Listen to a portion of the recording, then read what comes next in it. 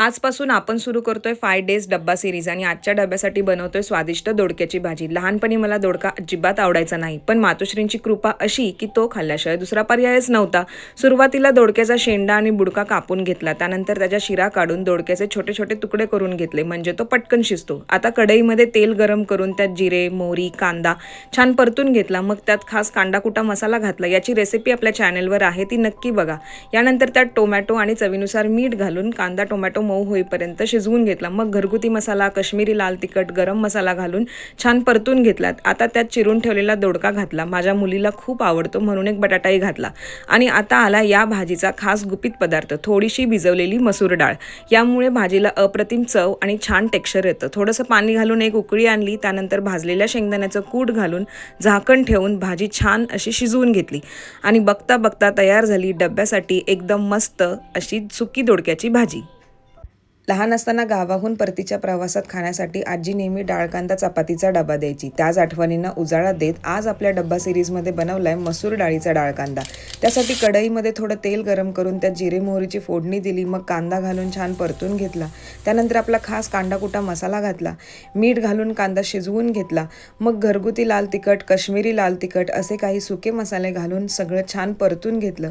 आता त्यात अर्धा तास आधी भिजवून ठेवलेली मसूर डाळ घातली। डाळ आधी भिजवली की ती पटकन शिजते आणि चवही छान लागते। यानंतर थोडंसं पाणी घालून सगळं व्यवस्थित मिक्स करून घेतलं।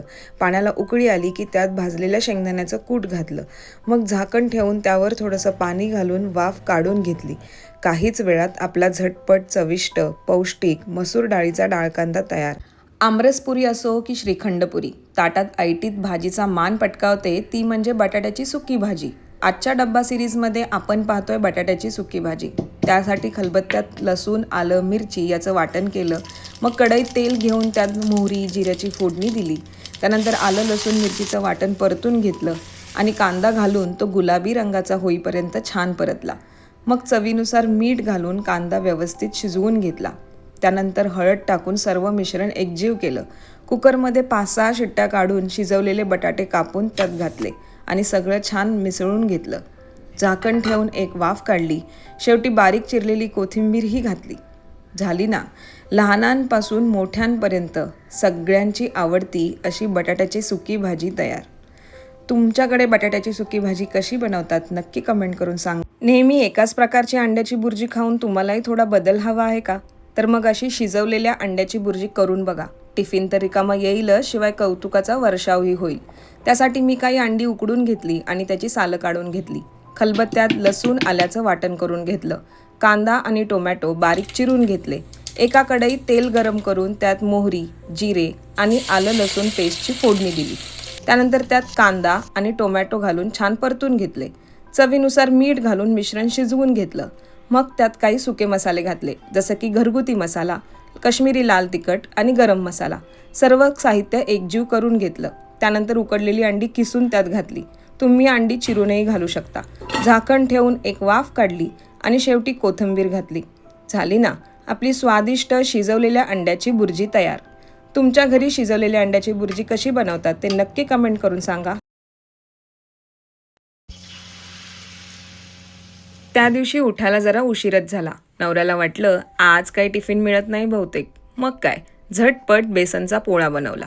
त्यासाठी एका बाउलमध्ये 1 कप बेसन घेतलं, त्यात 1 कांदा बारीक चिरून घातला, मग काही सुके मसाले घातले, जसं की घरगुती मसाला, काश्मीरी लाल तिखट, किचन किंग मसाला आणि थोडीशी हळद। त्यानंतर कांदाकुटा मसाला घातला। याची रेसिपी आपल्या चॅनलवर आहे, नक्की बघा।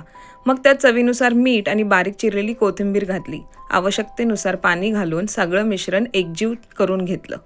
आता तव्यावर थोडंसं तेल घेतलं आणि त्यावर बेसनाचं पीठ ओतलं, सगळीकडे व्यवस्थित पसरवलं। त्यामुळे पोळा एकाच ठिकाणी जाड होत नाही आणि कच्चं पीठही राहत नाही। दोन्ही बाजूंनी तेल सोडून पोळा छान भाजून घेतला। असा झाला आपला झटपट आणि स्वादिष्ट बेसनाचा पोळा तयार। रेसिपी आवडली असेल तर नक्की फॉलो करा आणि आपली डब्बा सिरीज तुम्हाला कशी वाटते ते कमेंट करून नक्की सांगा। तोपर्यंत बाय।